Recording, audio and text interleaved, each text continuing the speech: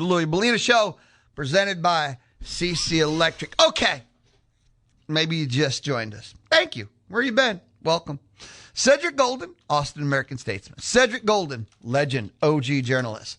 He is scheduled to join us, but no answer. He's out there somewhere, and I've been fired up. I've been spitting nails. I'm, breaking whiskey bottles over my head. I'm ready to go. Cedric Golden's been with us a long, long time.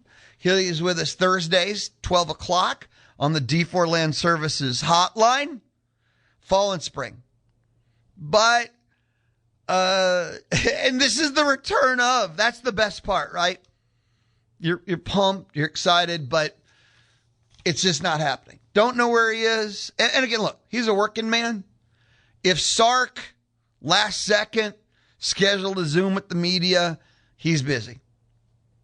He will be back. And he'll be back with us for the next 9 to 10 months. But cannot find him. Hope he's okay. He's one of the great guys. Not the good guys. He's one of the great guys. And when I say OG journalists, I've talked about this before. I feel like journalism is dying and almost dead. We have a thing called media. I'm not saying this in a negative or positive way, like, journalists needed to die or that media is bad. I think it's just transformed into something completely different than it was.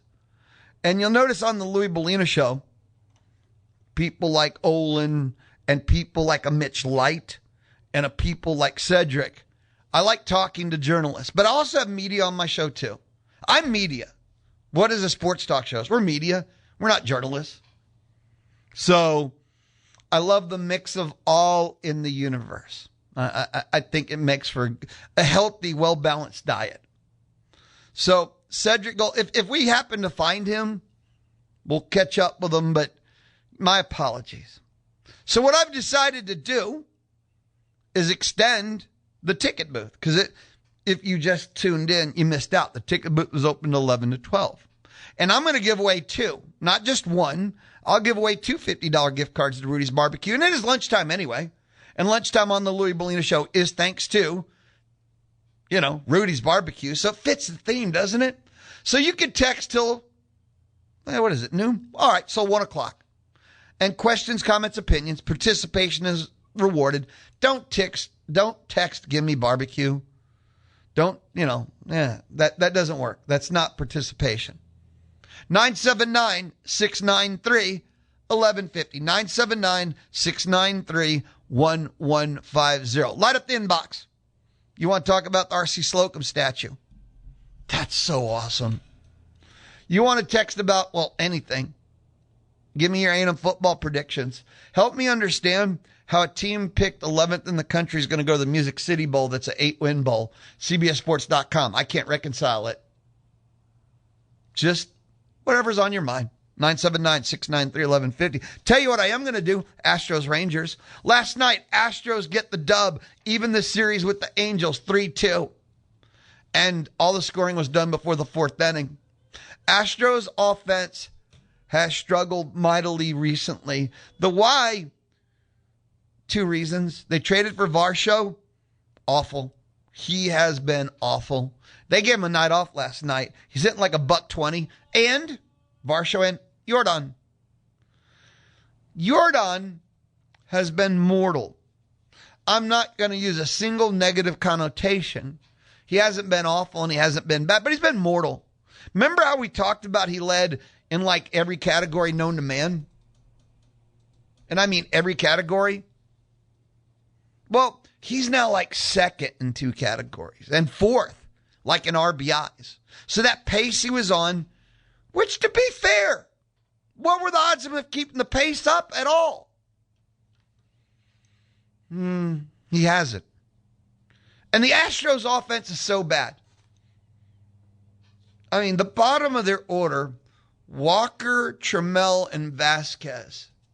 How many World Series pennant-winning teams have a bottom 3 of Cam Smith, Skywalker, Trammell, and Vasquez? You get the point, right?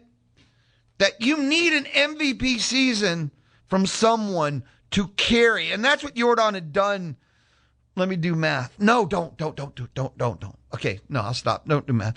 He had spent 3 months, 4 months, carrying this offense. And he slowed down. He's not on that MVP pace. He's not on, okay, maybe he's still in the MVP pace. Calm down now. But historic. There we go. He's not on a historic pace anymore. Like in August, does he have 3 home runs for the month? So he has slipped to second in home runs and second in average and fourth in RBIs, or 2, 2, and 4, where he was 1, 1, 1, 1, 1. He's no longer on a historic pace. And the Astros offense is so bad, they couldn't afford for him to not be a star. He's still good. He's still Jordan, but he's not the monster mash.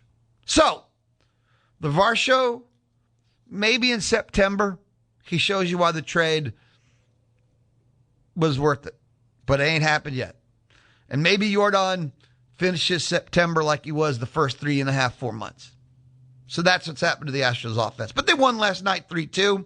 They called up Pecco. He got his first ever career start. He was awful. He was awful. He went 3 2/3, walked 3, gave up 3 hits. He was lucky to only give up 2 runs, to be fair.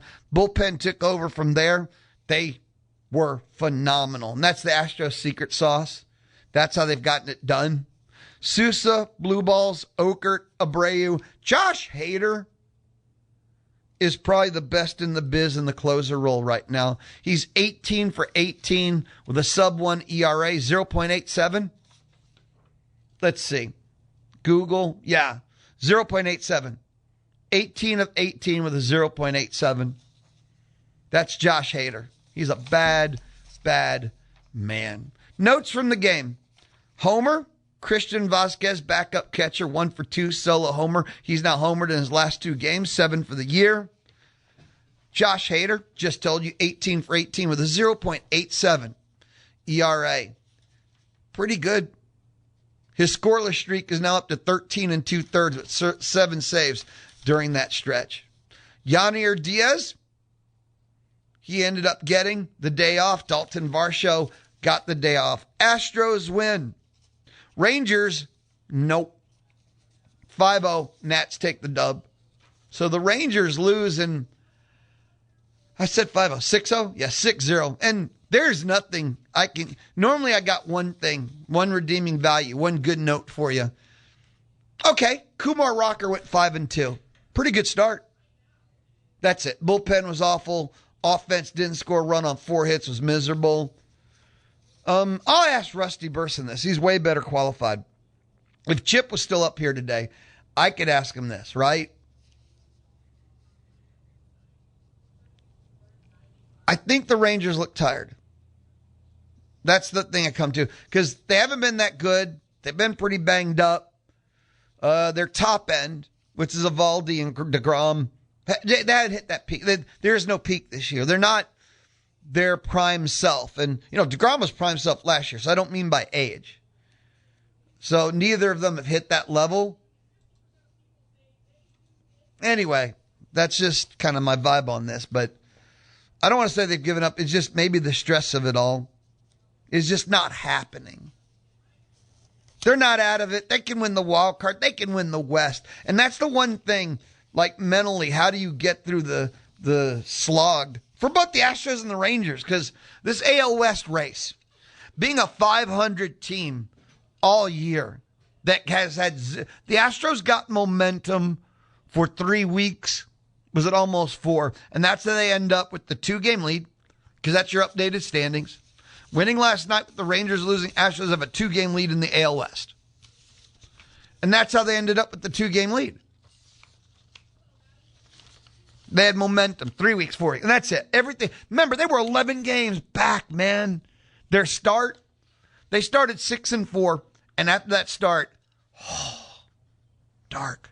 It was dark out there. But if you're the players, don't fixate on the record. Just take a look at the 2. 2 back. We got 6 weeks left in the season, 5.5, 6.5 left. but it's got to be hard because this is 500 Muttfest ball has to be hard to play. Miscellaneous MLB. Kylie McDaniel, ESPN baseball, minor league centric, MLB talent centric, updated. And I think it's the final of the year. And I think the easiest way to explain, because he does FV tiers, and then I'd have to explain FV, and it's the overall evaluation talent of all the tools that the players have. Tier 1 is the 60. Sebastian Walcott, Texas Rangers, currently listed at shortstop, and said, hey, he's back on the field. He had an elbow surgery, and after elbow surgery, he had a concussion. Back on the field. 30 homer potential if he can lift the ball more. And realistic expectation, 20 annually. Hitting for better average, sticking on the left side of the infield. But the Texas Rangers have a top 6 prospect, and he's been there the whole time. Really what the news is, and this was something I've been seeing across more MLB experts, the one thing the Astros have done is improve their farm system somewhat. It's still not a top farm system, and at one point the Astros farm system was insane. But through the deals they have made, they've added some help. It's all projected, but Tier 3 is 50. Tier 2 is tiny, by the way. And all of a sudden, and they did the top 100 prospects, but the Astros have number 66, Xavier Nayens, shortstop at high A. Number 68, Kevin Alvarez, a center fielder, single A. Nayens is like 19. Alvarez is 18. So they're young, but still in the top 66, 68 prospects. The last time we had standings, minor league, the Astros had nobody in the top 100. Nobody that could spell 100. And there's some more that are kind of, to keep your eye on. So through the dealings and others, hey, it's gotten better. Now, with these updated players, I'm pretty sure maybe what's today, Thursday? I got some calendar skills. So I'm pretty sure we'll probably get like a Friday or next week. I wouldn't be stunned if we get franchise rankings, and I wouldn't be stunned if the Astros go from like 28, maybe like 22, better. Still not anything to write home about, but better. The week ahead. Tonight, Astros Angels rubber game. 6:40 pregame, 7:10 first pitch here on the Zone, 11:50 a.m. and 93.7 FM. Lambeau, Pete Lambert gets the ball for the Astros. Makes me hopeful. Tonight, I believe it's the rubber game, right? Nationals Rangers, Jacob deGrom will take the ball for the Rangers. Rusty told me months and months ago, and I always look for this, and man, talk about facts. The Rangers can't beat bad teams. If the Rangers are even 500 against bad teams, they have a 10-game lead in the West. But, they got destroyed by the Angels over the weekend. They just can't beat bad teams. And please, Astros, don't follow suit. But the Astros are notorious for losing to teams they shouldn't. You look at the standings, Astros, this pains me when I have to say this, but the Astros are in first. That's not what pains me. 1 game above 500. That's the part. And it's a 2-game lead, 1 game above 500. The Rangers are 62 and 65, 2 games back. Sports line win total predictions. Houston at 81, which means they finish 500 and win the division. Rangers at 79. In the AL West, not one team has a 500 record, above 500 record in the last 10 games. Astros are 4-6. Rangers are 3-7. Mariners are 4-6. All that talk and buzz you hear, it's real. It's not a false narrative. It's not people inventing stuff. It's real. ESPN.com, power rankings. We look at the CBS MLB power rankings Monday, the ESPN power rankings Thursday. Astros are 12. I'm about to cry. You know what their first sentence is for the Astros power rankings? Because they do a paragraph. Some teams are only worth 2 sentences, right? Here's the first sentence for the Astros. The Triple Crown is in some doubt for Yordan Alvarez as he's in the midst of a power slump. Here's the stat I was looking for. He has hit only 1 home run since July 28, allowing others to catch up in that category. Yep. Like I said, should have read that. There you go. Exactly. Texas Rangers are 17. Power rankings, ESPN.com, MLB. Your top 5. Brewers 1. Boo. Boo. Boo. Dodgers 2. Braves 3. Tampa Bay 4. I have no beef with the Rays. Chicago Cubs 5. America's team. God bless them. Rockies 28. Matt Simon, I'm thinking of you, brother. Athletics are 29. They can burn that franchise to the ground for all I care. And at number 30, the Angels, who took a series from the Rangers over the weekend and might take a series from the Astros. The AL West, the wild, wild AL West. When we return, I got to do a text message sweep. More from the Maroon and White Notebook. More of the Louie Bellina Show presented by CC Electric. Residential, commercial, and industrial services is what they do at CC Electric. More of the Louie Bellina Show. Thursday on the Zone. The Money Machine is now open. The easiest radio contest on the planet. Enter now at Sony1150.com to win $5,000. What are we waiting for? And great weekly prizes, too. Remember the date, September 2nd. DraftKings Game Day. It's the kickoff of a new season, a new era, the biggest day in sports history. It's okay to get pumped. If you're a new DraftKings customer, the sign-up code is KZNEAM, KZNEAM. You can spend $5 and get $150 in rewards within 14 days. The code again is KZNEAM. The crown can be yours at DraftKings. Event trading offered by DraftKings Predictions, a CFTC registered introducing broker. Trading involves risk of loss. Market availability varies. Eligibility restrictions apply. $50 every 7 days via click-to-claim issued in non-withdrawable prediction dollars that expire in 1 year. Ends August 23rd.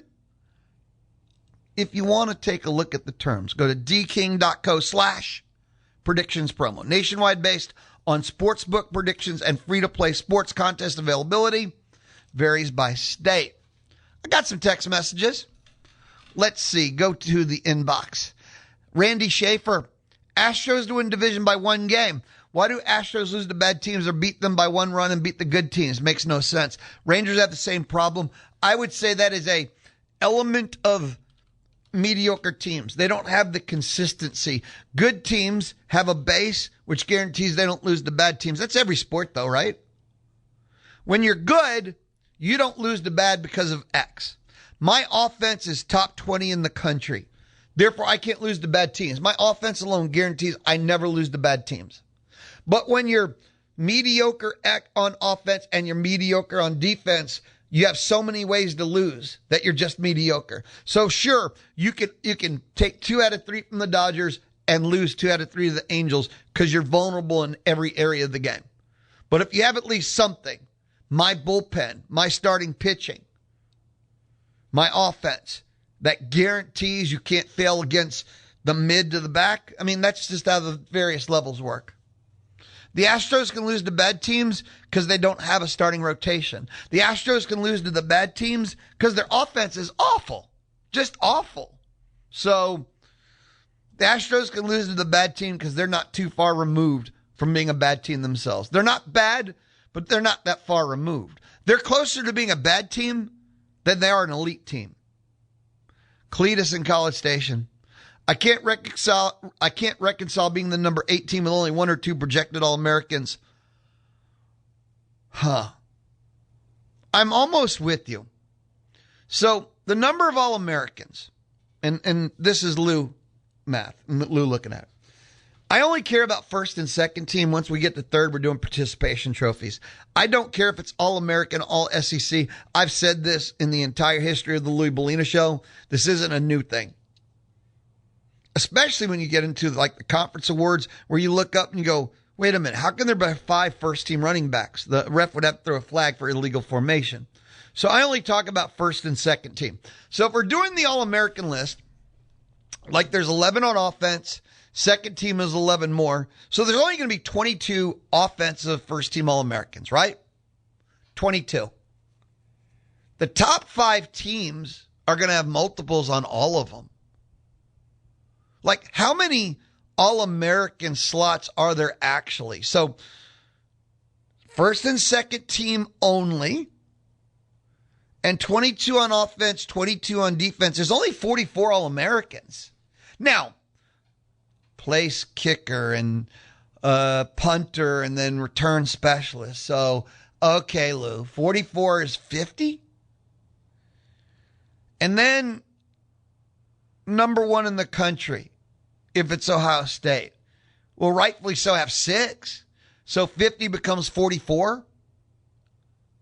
How many All-Americans do you think you should have at 8 when you know the top 5 teams will have 3 to 6 each? 3 to 5.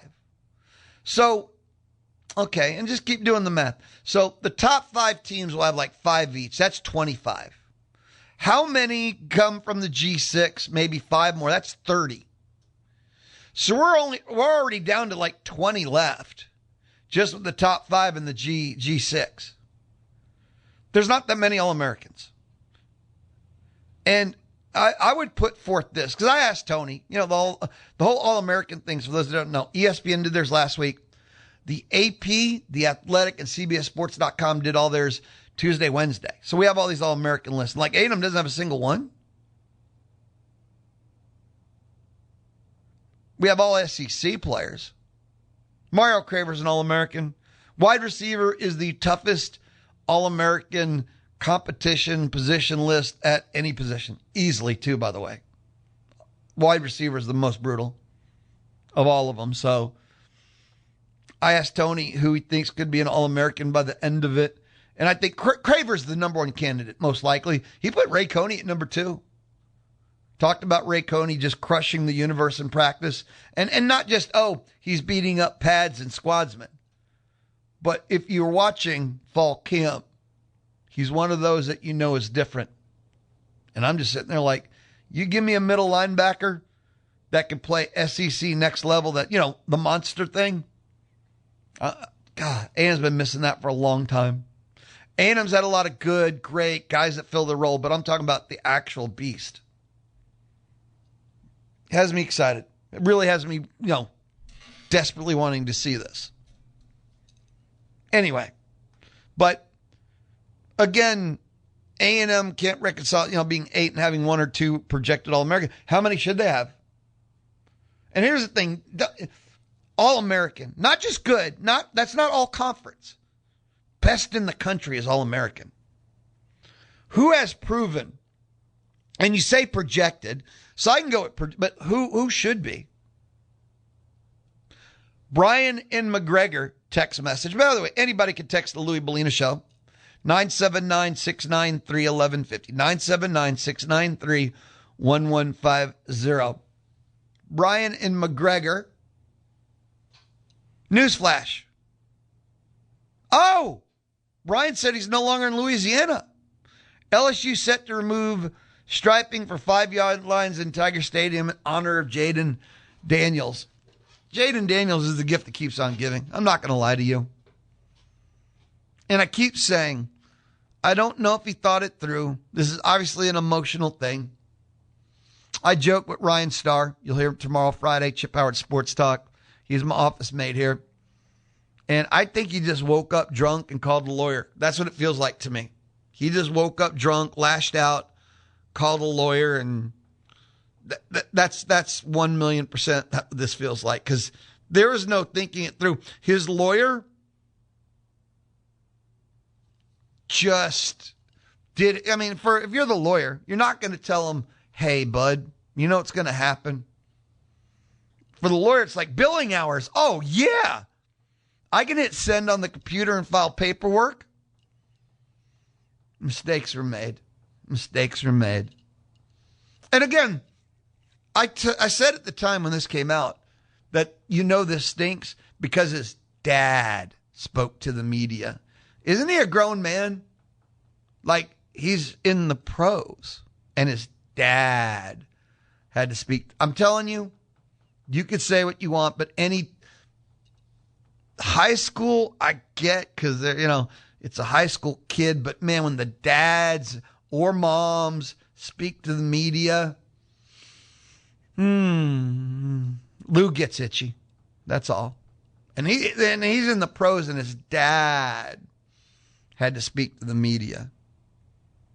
The dishonoring and all that stuff.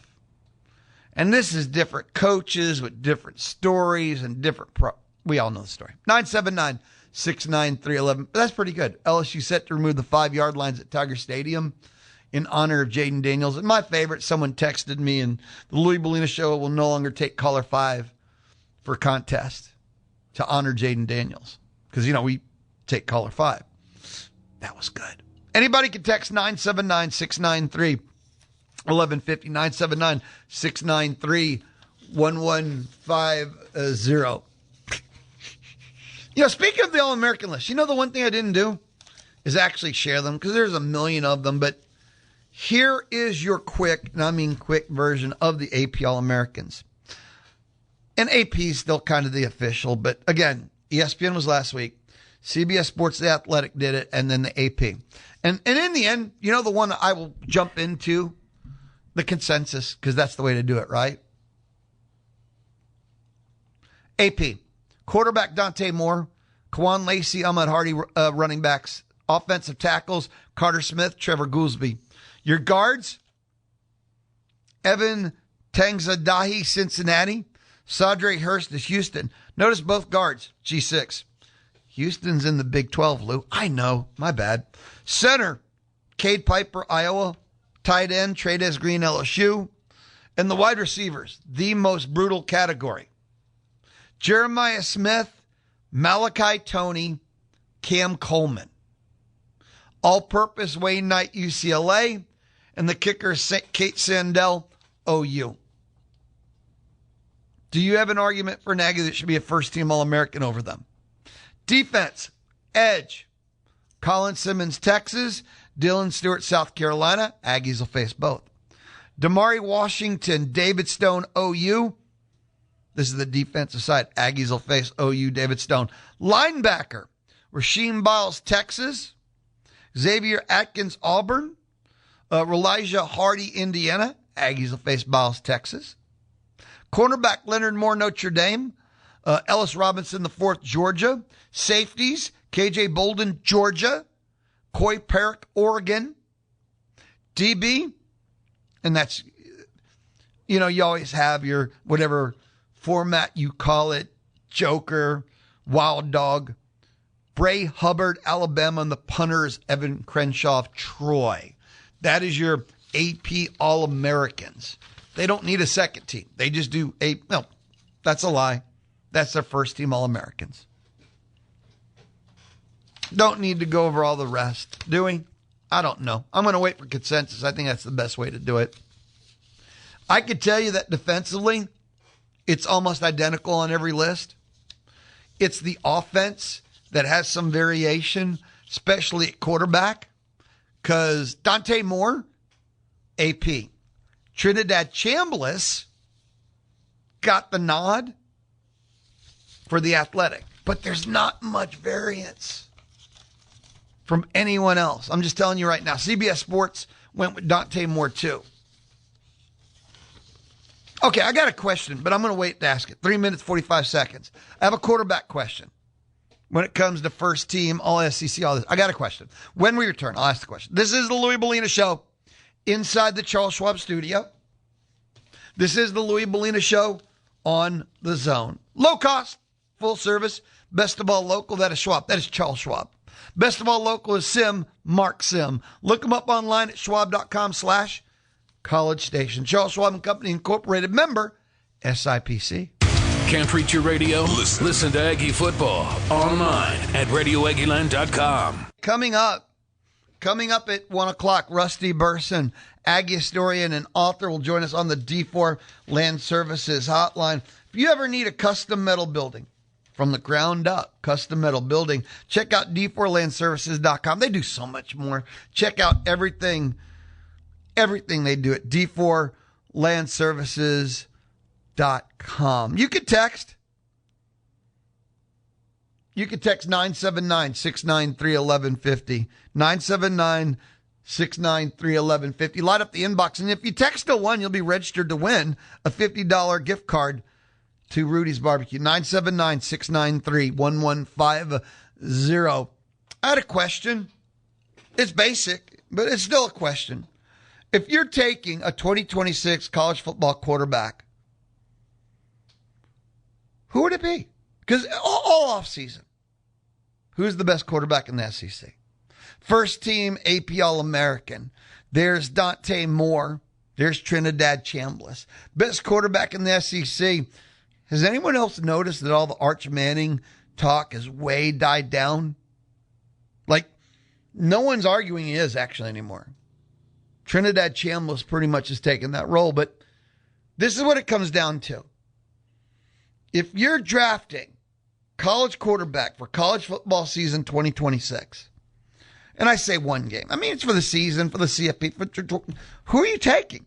Who's your quarterback? Are you taking Dante Moore? Are you taking Trinidad Chambliss? Are you taking Marcel Reed? I think that's the easiest way. Dead serious. Who would you take? That's forget all Americans. Forget poll voters. You know what I mean? Who would you take? I think, for me, it's Trinidad Chambliss.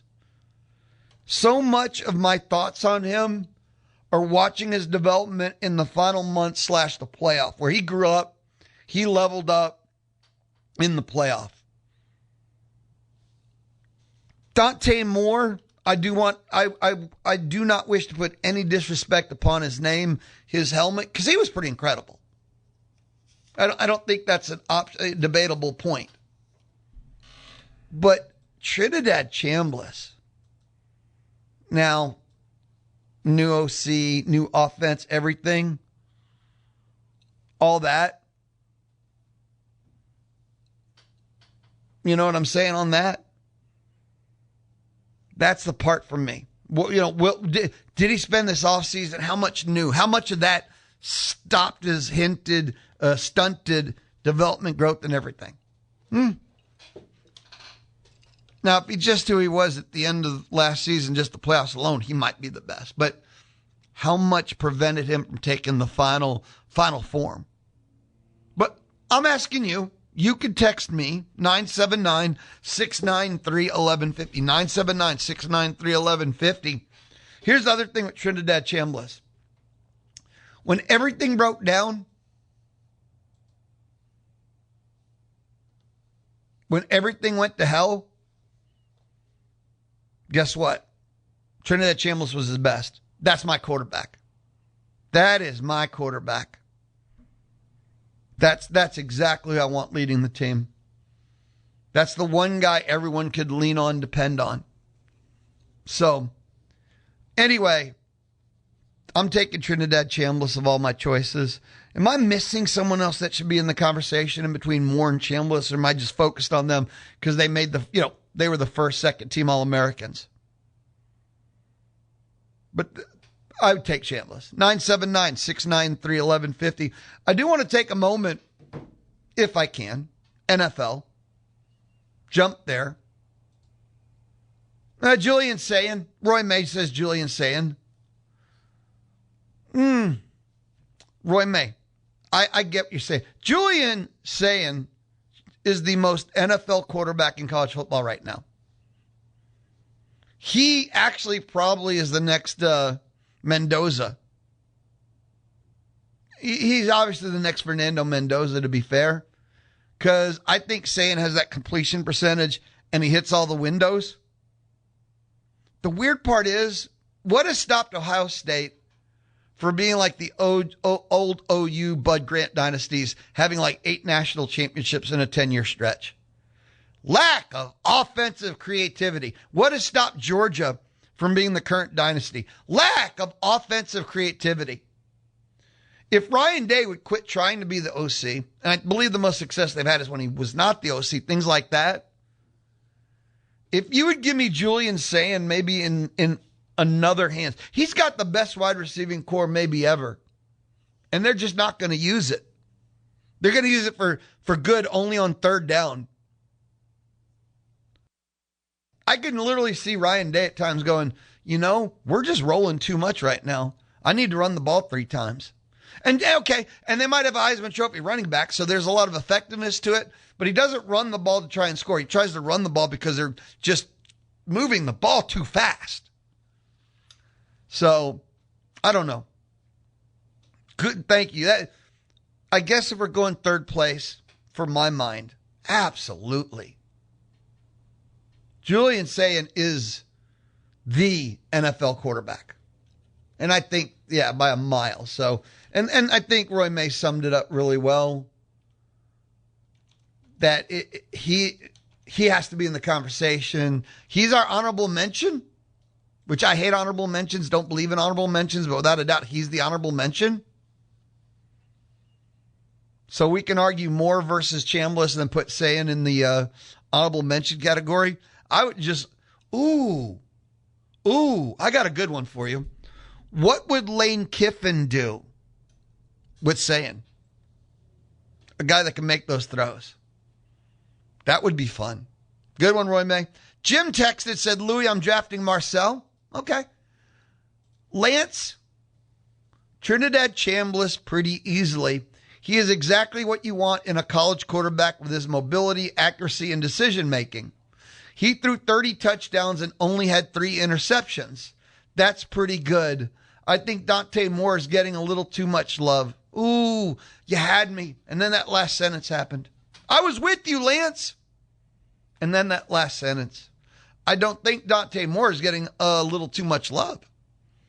I think they're all getting enough love. Like, Trinidad Chambliss was phenomenal. Dante Moore was phenomenal. I think that Dante Moore, if anything, is being affected by the Oregon implosions in the postseason where they're being humiliated.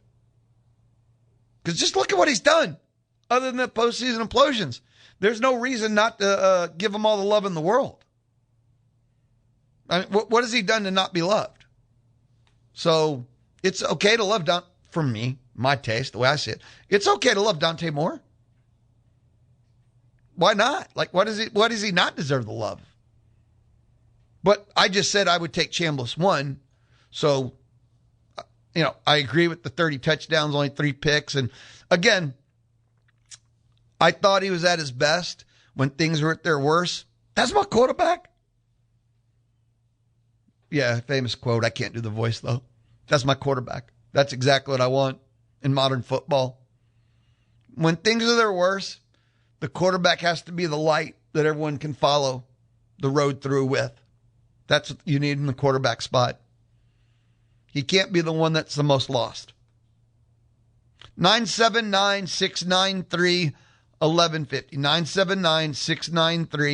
979-693-1150. 979-693-1150. Pretty fired up. I'd take Chambliss, but Julian Sayin he could be Mendoza. You know what the deal is with Ohio State? I think they have a baseline. We always, again, they're 10 wins. They're guaranteed kind of to be in the college football playoff. And then in the playoff, them and Georgia are almost the identical team right now. You can beat them. They're not going to beat themselves. They are a litmus test. If you beat them, you can be the national champs. But they are just the standard line that you have to cross. But they're not Bama Saban. They're blue blood. If you don't beat them, they can win the national championship. And it almost sounds dumb to say it that way, but they're not the elite. They couldn't beat Bama Saban, right? But now that he's gone, they're the top, but they're beatable. They're vulnerable. They're not elite. They just have this talent that comes in, and you can pull in Indiana, have a coach who's better than both of them, and beat them that way. And it just frustrates me. Ryan Day should have 5 rings. Yeah, he's got 1. Kirby has 1, but they should have like 5. I couldn't be a fan of either school. The anxiety of it all. Knowing, how did we not win again? And it's because run, pass. And then we have all our experts telling us how it's trending a certain way, where it's not going back to slower tempo. That's a false narrative. Okay, I need a timeout. Give me Chambliss over Moore. And if my quarterback was Julian Sayin, I would just use his skill set for good and not evil in the world. It's the Louie Bellina Show. Lunchtime, thanks to Rudy's Barbecue. It's the Louie Bellina Show, presented by CC Electric on the Zone 1150 AM and 93.7 FM. Listen to The Zone on the Zone app. Download the app. Yeah. Thanks to Loyalty Plumbing. The pros at Loyalty Plumbing are ready to serve you, Aggie Land. Oh, that's good stuff. Visit them. LoyaltyPlumbingLLC.net. It is the Louie Bellina Show inside the Charles Schwab studio. I got a text message that's phenomenal. Josh in BCS says, how in the heck are you an Aggie fan then? If you can't take we didn't win again and again, we've been waiting till next year since 1939. I can answer that. I am a realist. And I've been hated by many Aggie fan communities and just some Aggie fans because I've always been a realist. I don't sit here. I have never sat here and try and sell you a bill of goods. I don't sit here and tell you it's an 11-win Aggie team when I know they're 8 wins. I've never sat here and tried to snow you. So and the team is not relevant. I'm an Aggie fan. I'm a Dallas Stars fan. I'm a Chicago Cubs fan. I'm a Pittsburgh Steelers, Green Bay Packers. It doesn't matter what team of mine. I'm kind of realistic about who they are. And I've never looked at a dog and told it to meow and got pissed off at a dog when the dog won't meow at me. So when I look at my teams, as you called it, right? How are you an Aggie fan? How are you a Steelers fan? Cowboys, screw them. How are you the various teams fan of? And I sit there and go, well, this is just going to be a rough year, man. I get mad when they underachieve. I get mad when they blow games they should win. That's when how the heck are you a fan? I've known when A&M's out of alignment. I've known when they've had bad coaches. I don't get mad because they don't achieve things they're not capable of. So that's how I'm an Aggie fan, because I'm a realist. Again, don't ask a dog to meow and then get pissed when it can't.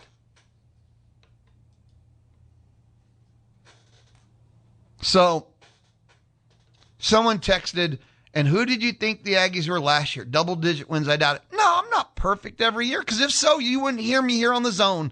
I'd have made $3 billion betting money. I would live on an island somewhere and have bought the island. I'm not perfect, but I'm realistic and I'm pretty damn good. But I'm not perfect, no. So if I pick them to win 8 and they win 10 or 11, I win. They overachieve. I get to drink beer and have a great time and smile with my friends. I'm okay with that. I don't get upset that they went +2 wins and feel bad that they won too many games. I get to sleep at night. It's okay.